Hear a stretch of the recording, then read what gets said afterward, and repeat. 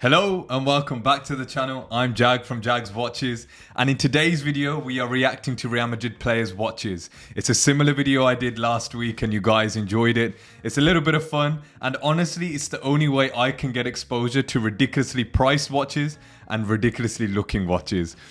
I think footballers have way too much money and they don't know what to do with it, and hence they end up spending it on ridiculous looking watches. Some of them are very nice, I can't lie. But before we get into it, I just want to say thank you really. We've hit a milestone. We've hit 500 subscribers a lot faster than I expected to hit that milestone. So thank you so much. I've been posting 3 times a week now consistently for around 2 months.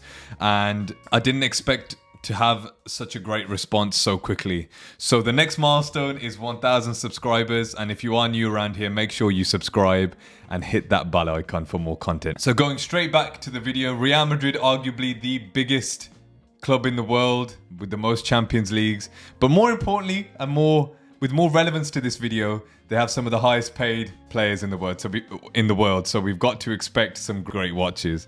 And we're going to start off with Toni Kroos here with the AP Royal Oak Offshore Chronograph. This is a beautiful looking watch. You can see 42 millimeters. It's got a stainless steel case with a navy blue tapestry dial. It's just overall a powerhouse vibe, a bit like Toni Kroos himself, who's a great player. I think that these estimates in the market are a little off, but take it as an estimate anyway. 33 USD at retail and a little bit lower in the secondary market, which is surprising. It's a nice watch. A huge fan of the offshore chronographs, in my opinion. I still think for that price you can get a lot better for money, but it's an AP at the end of the day. So we're off to a solid start. And then we've got Luka Modrić, a machine of a player, very old and still playing for one of the best clubs in the world. We've got the Patek Philippe Nautilus Perpetual calendar, and this is a top tier watch. This is a Patek Philippe in white gold, and let me tell you, this thing is pure class. You've got the classic Nautilus shape, the ultra-thin movement, and the calendar complications. Modrić is all about vision and precision, and this watch just screams sophistication. I would give this a 10 out of 10. I love the blue dial in this. I love a moon phase. You know moon phases. I also love earth phases. I have the only earth phase watch that exists. And it's only £240. The moon phase, the earth phase, sorry, moon swatch. But yeah, I think this is a great watch actually. White gold, beautiful blue dial, Patek Philippe. You can't really go wrong.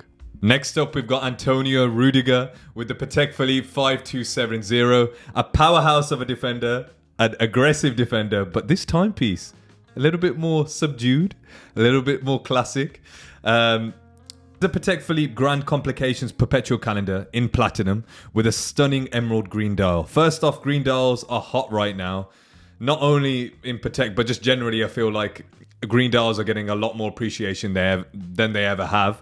And this watch is an absolute grail. Powered by an insane movement, and it just oozes prestige. Plus, it's got that subtle dressy vibe, which is cool for a guy like Rüdiger, who's a beast on the field, but probably a gentleman off it. And you get a kind of feeling with Rüdiger. He's a bit of a joker off the field, but on the field, he's very aggressive. I'd give this a solid 9 out of 10, if not 10 out of 10. I prefer Luka Modric's watch, but again, if you look at the price here, retail £220,000. And I'll repeat that again, £220,000. Is it worth that much? I think so. Okay. Next up, we've got Ferland Mendy, and he's wearing an AP Black Panther. So this is rather ridiculous. This is probably the most ridiculous watch in the collection.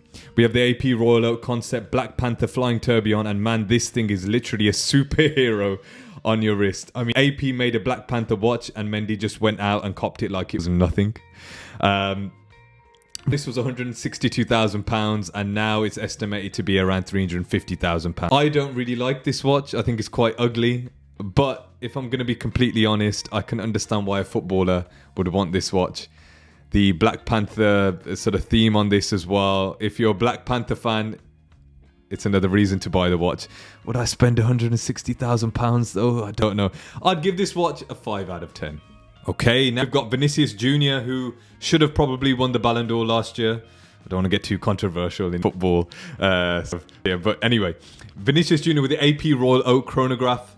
And this is the Selfwinding Chronograph 41 millimeters. Retail 80,000 USD and trading just above that on the grey secondary market. I think it's a solid watch.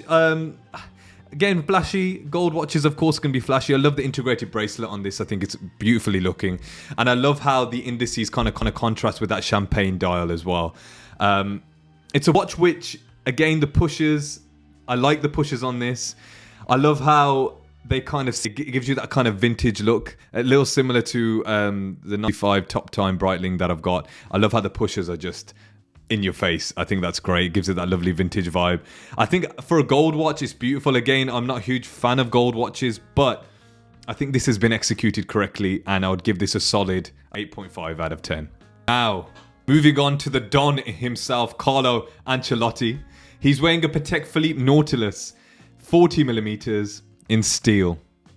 And for me, so far in this collection, in this video, this is my favorite watch. Why?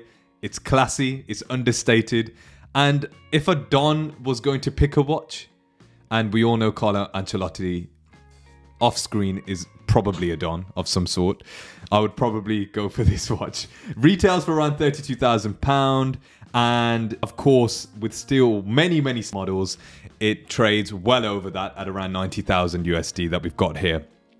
This is just pure timeless design. It's the kind of one to wear on a day-to-day basis, and it's the kind of one to wear when you don't need to prove anything to anyone. You know, the best managers that have ever managed in the game, and it's just understated and classy. Moving now on to Aurélien Tchouameni, we've got the Audemars Piguet Royal Oak Frosted Gold Double Balance Wheel Open Worked 41 millimeters. This is a frosted gold watch, and this is where I think AP really do put themselves in a different category, because the frosted line, the frosted gold work that they do is so unique. It's so beautiful if you see it in person. I did go to Harrods a couple of weeks back and I saw a couple of these models on display, and honestly in person they look beautiful. I like the rainbow bezel here. You know that these gems are going to be of the highest quality with AP. I like the skeleton dial, and at retail it's around 130k. It's obviously trading way more than that at 440k in the secondary market. I think this is a beautiful watch. It's only a showpiece watch, and I would give it a solid 9 out of 10. I do like this. I think this is really tastefully done, and I love the frosted gold that AP do. I think it's amazing the way they get that finishing on these sorts of watches. Beautiful watch. I'm gonna butcher this name. Daniel Carvajal with a Patek Philippe Aquanaut. Now, I mentioned that the steel Nautilus that Carlo Ancelotti was wearing was my favorite watch so far in this video, but this has to take the top spot so far. It's the Aquanaut Rose Gold 40.8 millimeters. Retails around 45k USD and trades over that 86k USD. I love this watch, and the Aquanaut for me is my favorite Patek, I think, even more than the Grand Complications, just because I love the simplicity of this. I love the dial. I love the contrast the indices have with the chocolate brown dial. And I said previously I don't really like gold watches, but this is gold executed beautifully. You've got the rubber strap as well, which actually, of course, makes it more of a sportier watch, but I still think you can get away wearing this with a suit. I know some people may disagree with me on that. Nice little date window at 3 o'clock. It's just stunning. I love this watch. For me, it's a 10 out of 10 watch. Great watch. I think the best watch so far in the video. Now we've got Courtois' watch here, which is the Hublot Spirit of Big Bang Tourbillon Carbon White in 42 millimeters. I absolutely hate this watch. I hate the shape. It reminds me of a Richard Mille, and I don't like those either. I don't like the shape of this watch at all. I think it's ugly. I think it's obnoxious. Not my taste. Especially when you're spending 100,000 USD on a watch, it shouldn't look like that. And it's trading on secondary market for £50,000. So that's, you know, it halves as soon as you buy it. I hate this watch. Oh, sorry. Let's move on very quickly. Now we've got Lucas Vasquez with the Rolex GMT Master 2 Pepsi. And this is on the Jubilee bracelet. This is the configuration that I like of the Pepsi. 40 millimeters. I mean, it's a beautiful looking watch. We know that this is one of the hardest watches to get retail from Rolex. So, very understated for a footballer, I think. And I think it's a great watch. I love it. Can't really go wrong with the Pepsi. It's an iconic watch. And yeah, one of the better watches in the video so far. Moving on now to Eduardo Camavinga. He's got an AP Royal Oak chronograph in black ceramic. This is blacked out, stealthy, but still super elegant with the rose gold accents. This is a top tier piece. I think this is beautiful. A great sporty looking watch with the ceramic. If I wanted a fully blacked out watch and I had all the money in the world, I probably would consider this. It retails around 80,000 USD, and again, in the secondary market, it's going for a little bit more than that, which is at 130k. I think it's actually a really good looking watch. A really nice casual watch you can wear with a tracksuit, and yeah, gives it that sporty look. But I'd give this a solid 9 out of 10. Now we've got David Alaba with the Patek Philippe Nautilus flyback chronograph in a beautiful, beautiful rose gold, 40.5 millimeters. Retails at 100k, and in the secondary market, just over 200k. This is a beautiful, beautiful gold watch. A black dial on this, and I love how the gold indices actually contrast with the black dial.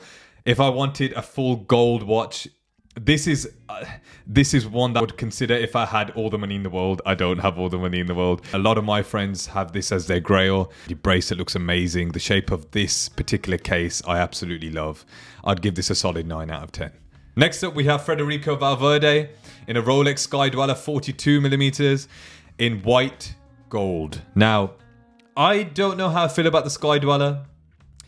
It's a little bit too big for my wrists. I have tried on one in the past. I do like this configuration though. I like the black dial, and I think it's a nice looking watch. Just a little bit too big for me. I'll give this a solid 7 out of 10. Moving on quickly now to Rodrigo. He's wearing a Rolex Daytona Rainbow Pavé. This thing is blinding. If flexing had a finer form, this would be it. It's a little bit too flashy for me. I think it's screaming, look at me, look at my watch, everybody.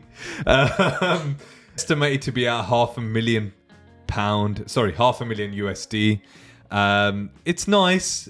I wouldn't personally spend £500,000 on this, even if money was no object. I think that full gold Patek Philippe that we saw previously is a little bit nicer, a bit more tasteful. I'd give this a 5 out of 10. And I know some of you may disagree with me on that.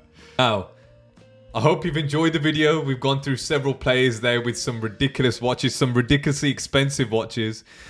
Some of them were terrible, some of them were beautiful actually, and you probably kind of over the video seen there more of the understated watches I prefer. I don't like in-your-face watches too much. But again, I hope you like the video. And if you have enjoyed the video, make sure you like and subscribe and hit that bell icon for more content.